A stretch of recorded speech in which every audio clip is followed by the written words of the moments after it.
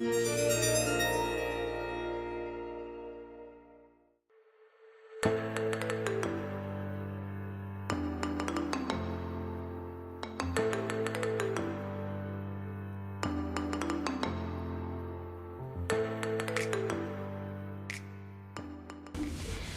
is an introductory chapter to conductive inks because due to various limitations we are only able to cover commercial conductive inks and its properties.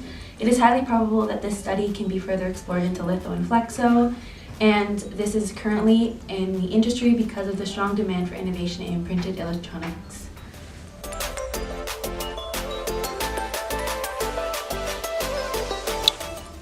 We wanted to expand our printing knowledge and research some topics that are not covered in our university curriculum.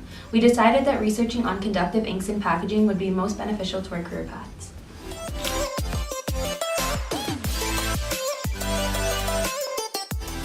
We found that there was a great amount of innovation in the printed electronics industry. Although there is manufacturing innovation within the printed electronics industry, there aren't many consumer-friendly conductive ink options available, such as bare conductive.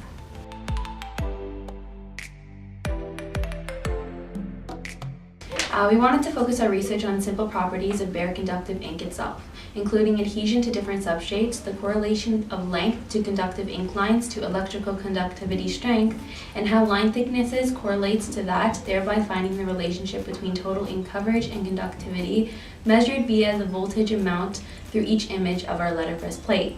Mainly, we were concerned about the behavior of commercial conductive inks and found that the shorter and thicker the line image, the stronger voltage receptivity.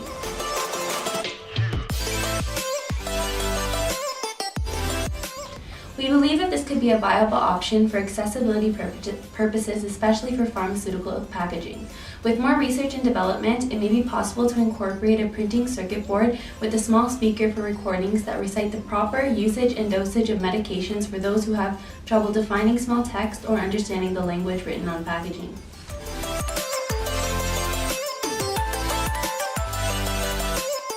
Other than the printing industry, this topic impacts the electronics and multimedia industry. 3D printed electronics and electronic textiles are other industries that can benefit from this technology.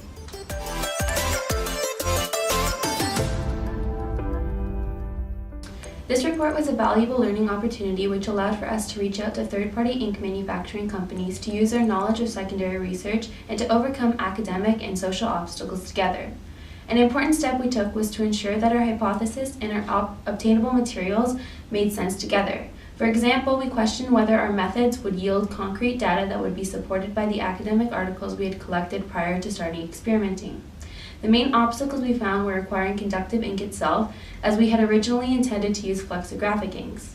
Due to time constraints and outreach limitations, we decided to pursue commercial conductive inks and its properties instead.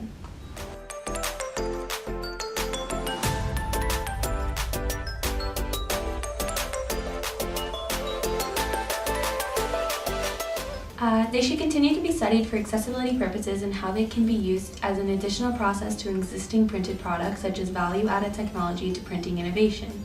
This commercial-grade product tested is great for simple circuit work, but exploring the ink's performance characteristics under various properties such as ink line thickness, ink film thickness, line length, and amount of conductive ink filler would improve this research.